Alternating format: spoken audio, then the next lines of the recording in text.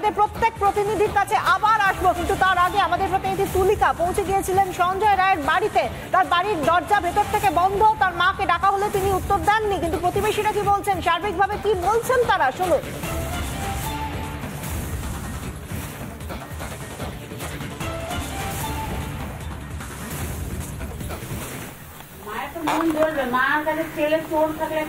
কেউ আছেন বাড়িতে? রিপাবলিক বাংলা থেকে আসছিলাম। আপনার ছেলে কি দোষ করেছে?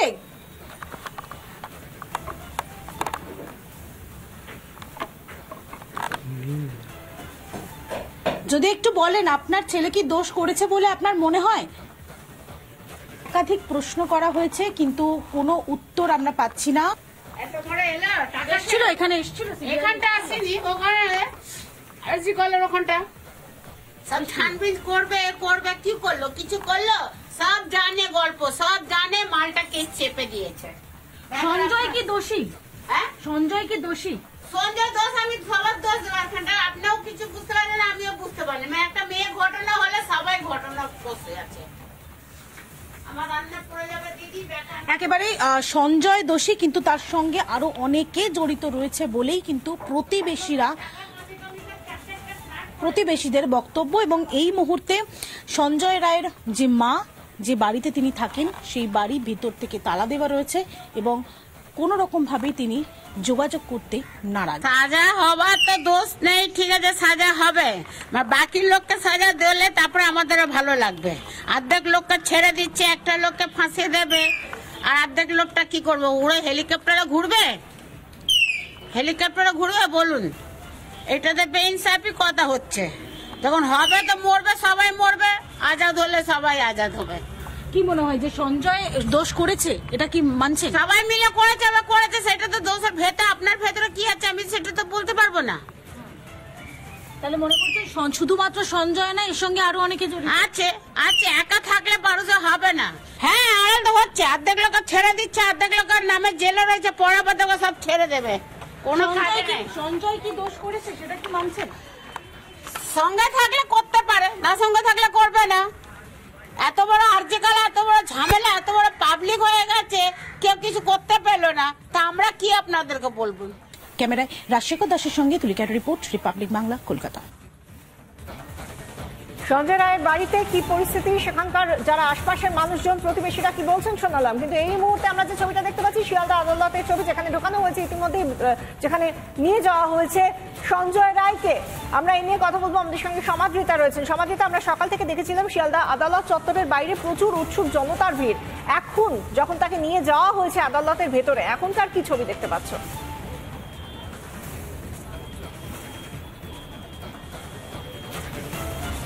এখন কড়া নিরাপত্তায় মুড়ে ফেলা হয়েছে, উৎসুক জনতা সেভাবে নেই, কারণ পুরোটাকে ব্যারিকেড করে দেওয়া হয়েছে। এখানে সংবাদ মাধ্যমের প্রচুর প্রতিনিধিরা রয়েছেন, কিন্তু বাইরের কাউকেই ঢুকতে দেওয়া হচ্ছে না। এখানে কোনো গাড়িও দাঁড়াতে দেওয়া হচ্ছে না। রাস্তার ওপারটাতে অনেকেই রয়েছেন, অনেকেই নিজেদের মোবাইল ক্যামেরায় কিছু ছবি বন্দি করার চেষ্টা করছেন, তবে ওখান থেকে সেটা দৃশ্যমানতা অবশ্যই থাকবে না, কারণ ব্যারিকেড আছে, রেলিং আছে। তার ওপারে গিয়ে হচ্ছে সঞ্জয় রায়কে নিয়ে যাওয়া হয়েছে। সঞ্জয় রায় এখন তো কোর্ট লকআপে আছে, কিছুই দেখতে পাওয়া যাবে না। তবে বিশাখা, আমি যে কথাটা বারবার বলবার চেষ্টা করবো, গোটা রাজ্যের মানুষের জানাটা দরকার, যে প্রতিবাদ করতে গিয়ে অভয়ার মৃত্যু, আজ রায়দান তার, সেই রায়দানের দিকে অবশ্যই আমাদের নজর থাকবে। রায় কি হয় সে ব্যাখ্যা পুঙ্খানুপুঙ্খভাবে প্রিয়াঙ্কা কোর্টের ভিতর থেকে আমাদেরকে তুলে ধরবে, সেগুলো সব আমরা দেখাবো। কিন্তু সব থেকে বড় কথা, যে দুর্নীতির প্রতিবাদ করছিল অভয়া, সেই ধরনেরই দুর্নীতি আজ এই মুহূর্তে দাঁত নখ বের করেছে ভয়ঙ্কর রকম ভাবে, এবং জেলায় জেলায় সেই দুর্নীতি দেখতে পাওয়া যাচ্ছে। সেই দুর্নীতির বিরুদ্ধে ব্যবস্থা নেওয়ার বদলে, সেই ফার্মাসিউটিক্যাল কোম্পানির বিরুদ্ধে ব্যবস্থা নেওয়ার বদলে রাজ্যের স্বাস্থ্যমন্ত্রী তথা মুখ্যমন্ত্রী তিনি কি করছেন, তিনি ডাক্তারদের শাস্তি দেওয়ার খেলা শুরু করেছেন। কেন করেছেন? কারণ অভয়া কাণ্ডের জেরে যে ভয়ঙ্কর ছবিটা আমরা দেখেছিলাম, আমরা কেউ ভুলিনি। অভয়ার প্রতিবাদের পরে আপনারা যারা প্রত্যেকে রাস্তায় নেমেছিলেন রাত্রিবেলা, তাদের কারণ নামাটা ভুল হয়নি। কারণ এই মুহূর্তে বিভিন্ন জেলা থেকে যে সালাইন কাণ্ডগুলো উঠে আসছে, প্রত্যেক ডাক্তাররা যারা মুখ খুলছেন, যে কাগজগুলো আমরা সামনে পাচ্ছি, যে লিখিত অভিযোগগুলো আলিপুরদুয়ার থেকে শুরু করে সর্বত্র আমাদের কাছে এসে পৌঁছচ্ছে, সেগুলো কিন্তু এসে পৌঁছচ্ছে আপনাদের প্রতিবাদের জন্য। আপনারা রাস্তায় নেমেছিলেন রাত 12টায়, মোমবাতি হাতে নেমেছিলেন বলে গোটা রাত। আমাদের সঙ্গে টেলিফোন লাইনে রয়েছেন আমরা কথা বলবো তার সঙ্গে, আপনাকে স্বাগত জানাবো। আমি জানি আপনি যে মানসিক পরিস্থিতির মধ্যে রয়েছেন, আপনি আপনার ছোট্ট সন্তানকে হারিয়েছেন এবং যেভাবে, কিন্তু একটা কোথাও গিয়ে বোধহয় সান্ত্বনা পেয়েছেন, কারণ মৃত্যুদণ্ডের সাজা শোনানো হয়েছে সেই অভিযুক্তকে, মূল অভিযুক্তকে। আজকে অভয়ার জন্য আমরা বিচারের বাণী শুনতে চাই। আপনি একজন সন্তানহারা মা হিসেবে অভয়ার বাবা মার জন্য কোন বার্তা রাখবেন? আমিও চাইছি যেন বেশি সাজা পাই। সাজা মানে কি ফাঁসি যেন হয়, তাদের বাবা মা দুজনই আছে, তারাও সন্তান হারাই হয়েছে আমার মতো নেই। শাস্তি, যদি শাস্তির কথা বলা হয় তাহলে কি শাস্তি আপনার মনে হয়, কোন শাস্তি হলে যথার্থ বিচার হবে? ফাঁসি, মৃত্যুদণ্ড যেটা বলে।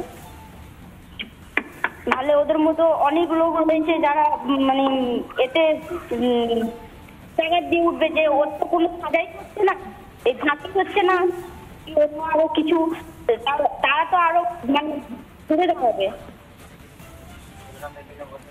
একটা প্রশ্ন সবাইকে ভাবাচ্ছে, অভয়াকে যেভাবে খুন করা হয়েছে তাতে কি কোনো এক ব্যক্তির পক্ষে তাকে এভাবে ধর্ষণ করে খুন করা সম্ভব, নাকি আরো অনেকে জড়িত? এই প্রশ্ন কিন্তু সবাই তুলছেন, আপনার কি মনে হয়? ওতে অনেকেই আছে। ওতে কি বলুন তো, একটা মানুষকে সেবা করার জন্য কাজ করছিল, তাতে অনেক সবাই জড়িত আছে আমার মনে হয় যেটা। তাই আমি চাইছি দোষীর জন্য ফাঁসি হয়। অনেক ধন্যবাদ আপনাকে। আমরা কথা বলছিলাম গুরাপের নির্যাতিতার মা, যে নির্যাতিতা আজ আর আমাদের মধ্যে নেই, কিন্তু তার ঘটনায় যে মূল অভিযুক্ত তাকে মৃত্যুদণ্ডের সাজা শোনানো হয়েছে।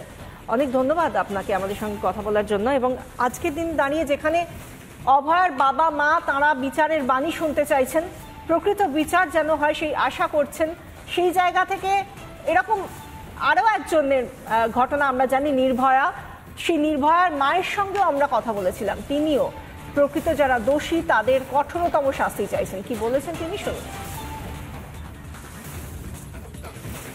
तो यही चाहिए कि अगर फांसी से भी ज्यादा कुछ सजा होती तो उनको मिलनी चाहिए, लेकिन कागज में फांसी है तो उनको फांसी ही मिलना चाहिए। यही कहना है कि वर्दी आ रही है, ठीक है, लेकिन सबसे पहले तो जितने इसमें लोग शामिल हैं उनको मिलना, उनको सबको सजा मिलनी चाहिए, उनको सबको पहले पकड़ना चाहिए। আমরা একবার পিঙ্কির কাছে যাব। পিঙ্কি আমাদের প্রতিনিধি রয়েছেন শিয়ালদা চত্বর থেকে, শিয়ালদা আদালত চত্বর থেকে। শিয়ালদা থেকে এই মুহূর্তে বিভিন্ন ছবি উঠে আসছে, কারণ আমরা জানি প্রচুর মানুষের আনাগোনাও হয়েছে এবং আরো হয়তো হবে।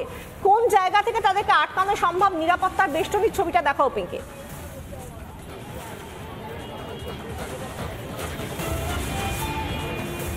আমি একটু যারা বাইরে দাঁড়িয়ে রয়েছেন তাদের ছবিটা একটু দেখানোর চেষ্টা করব যতটা সম্ভব এখান থেকে।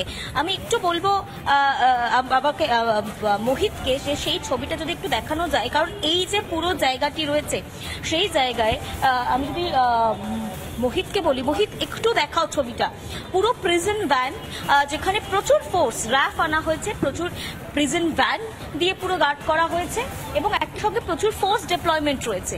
একদিকে এই যেমন ছবি দেখতে পাওয়া যাচ্ছে, পাশাপাশি আশেপাশে প্রচুর উৎসুক জনতা, তারাও এসে কিন্তু দাঁড়িয়েছেন। তাদের সঙ্গে একটু কথা বলার চেষ্টা করব। এবং শিয়ালদা কোর্টে এই মুহূর্তে যারা কাজে যাচ্ছেন বা যারা স্টেশনে যাচ্ছেন, তারাও কার্যত এসে একবার হলেও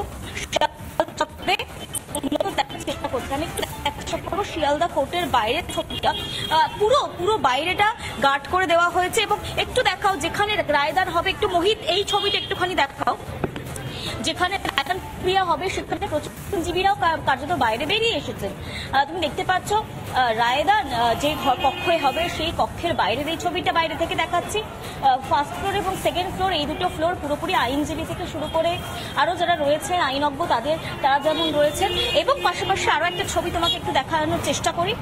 মোহিত একটু ছবিটা যদি দেখানোর চেষ্টা করি আমি এই মুহূর্তে, পুরো যে জায়গাটা বাইরে থেকে প্রিজন ভ্যান, ত্রিস্তরীয় ব্যারিকেড তো রয়েছেই, ব্যারিকেডের পাশাপাশি প্রিজন ভ্যান দিয়েও কার্যত গার্ড করা হয়েছে, কারণ প্রচুর উৎসুক জনতা।